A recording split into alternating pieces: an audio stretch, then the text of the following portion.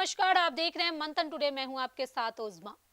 बिहार की सियासत आज एक ऐसे मोड़ पर खड़ी है जहां कहानी सिर्फ कुर्सी बदलने की नहीं बल्कि पूरी पटकथा पलटने की लग रही है।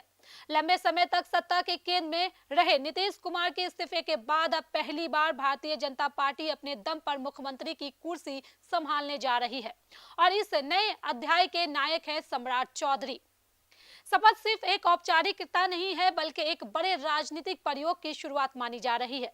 अब तक बिहार की राजनीतिक गठबंधन समझौते और जातीय संतुलन के सहारे चलती रही है, लेकिन अब सवाल ये है कि क्या सम्राट मॉडल इस पुरानी स्क्रिप्ट को तोड़ पाएगा या फिर वही पुराना खेल नए चेहरे के साथ जारी रहेगा। दरअसल बिहार में सत्ता का समीकरण हमेशा से मैनेजमेंट का खेल रहा है। लालू प्रसाद यादव के दौर में सामाजिक न्याय की राजनीति ने जड़ें जमाई तो नीतीश कुमार ने उसे विकास और सुशासन के साथ संतुलन करने की कोशिश की। लेकिन अब जब बीजेपी सीधे कमान संभाल रही है तो यह साफ संकेत है कि राजनीति का फोकस बदल सकता है और यही बदलाव सबसे बड़ा सस्पेंस है।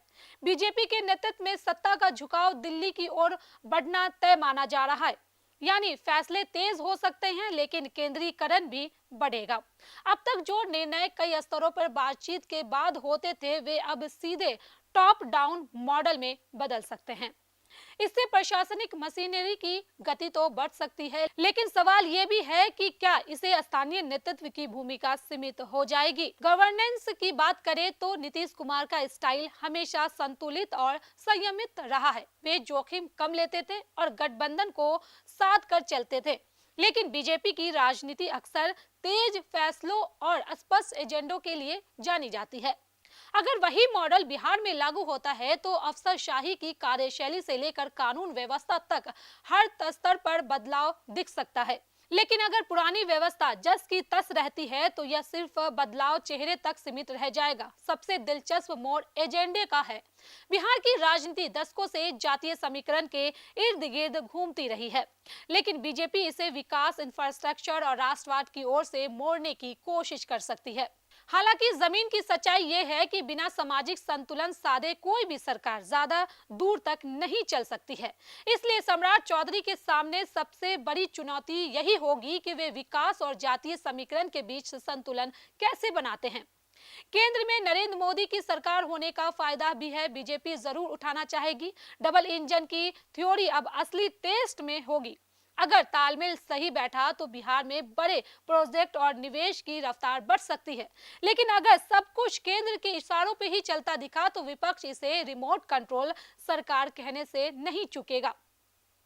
वहीं विपक्ष, खासकर राष्ट्रीय जनता दल के लिए यह बड़ा झटका हो सकता है। उनका पारंपरिक एम वाई समीकरण अब नए सामाजिक गठजोड़ के सामने चुनौती में पड़ सकता है। अगर बीजेपी गैर यादव पिछड़ों और अति पिछड़ों को मजबूती से जोड़ लेती है तो बिहार की राजनीति का गणित पूरी तरह से बदल सकता है। लेकिन इस पूरी कहानी में एक ट्विस्ट अभी बाकी है। सरकार गठबंधन की बेसाखी पर खड़ी है। ऐसे में सम्राट चौधरी कितनी स्वतंत्रता से फैसला ले पाएंगे और सहयोगी दलों को कितना साथ रख पाएंगे, यही असली परीक्षा होगी। कुल मिलाकर बिहार में यह बदलाव सिर्फ सत्ता परिवर्तन नहीं बल्कि एक नई राजनीतिक पटकथा का ट्रेलर है। अब देखना यह है कि यह फिल्म सुपरहिट होती है या फिर इंटरवल के बाद कहानी फिर वही पुरानी राह पकड़ लेती है। तो चलिए फिलहाल इस खबर में इतना ही। बिहार की ऐसी ही राजनीतिक खबरों के लिए बने रहे मंथन टुडे के साथ। साथ ही हमारे चैनल को लाइक करें, सब्सक्राइब करें, फॉलो करें और निष्पक्ष पत्रकारिता देखना है तो देखते रहे मंथन टुडे।